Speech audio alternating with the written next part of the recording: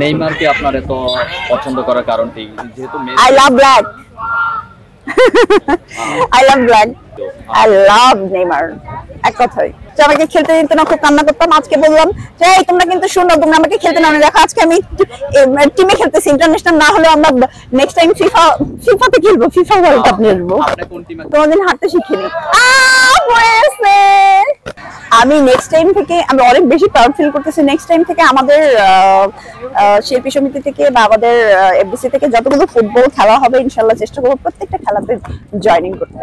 অবশ্যই দিয়েছিলাম। আমরা কত কিছু আর্জেন্টিনাকে পচানোর জন্য কত কিছু লিখেছি, যে আর্জেন্টিনা মিথ্যা করে ঘরে ঘরে অনেক কিছু, মানে ছোট ছোট ছোট ছোট লিরিক্স করেছিলাম, বানিয়ে এগুলো ওদেরকে পচাইতাম। মানে খুব একটা মজা ছিল খেলার সময়। কিন্তু ঘটনা হচ্ছে যে লাস্ট টাইম যেটা ছিল, হ্যাঁ আর্জেন্টিনা খুব ভালো খেলে, অবশ্যই সাপোর্ট দিব। Messi is the really good person, আমি তাকেই খুব পছন্দ করি, আমি খুব ভালো তারাও খেলে। কিন্তু পছন্দের জায়গাটা থেকে আমি ব্রাজিলকেই সবসময় সাপোর্ট দিই। বাংলাদেশের কোনো ফুটবলার কি আপনার পছন্দের কোনো ফুটবলার আছে? বাংলাদেশের ফুটবলার পছন্দ, আমি ফুটবল খেলাটা ওইভাবে দেখি না, কিন্তু ক্রিকেটার আমার খুব পছন্দ, ক্রিকেট খেলা। একটু আগে সবাইকে বলে এসেছি, ক্রিকেট আগে খেলা দেখতাম, মানে যখন যেই টাইমটাতে খেলা দেখতাম তাসকিনকে ভালো লাগতো, মুশফিক ঠিক আছে সে তো ফার্স্ট, এন্ড এই দুজনের খেলা খুব ভালো দেখতাম। আর এখন এসে খেলা ওরকম দেখা হয় না, সময় পাওয়া হয় না। যেহেতু আপনার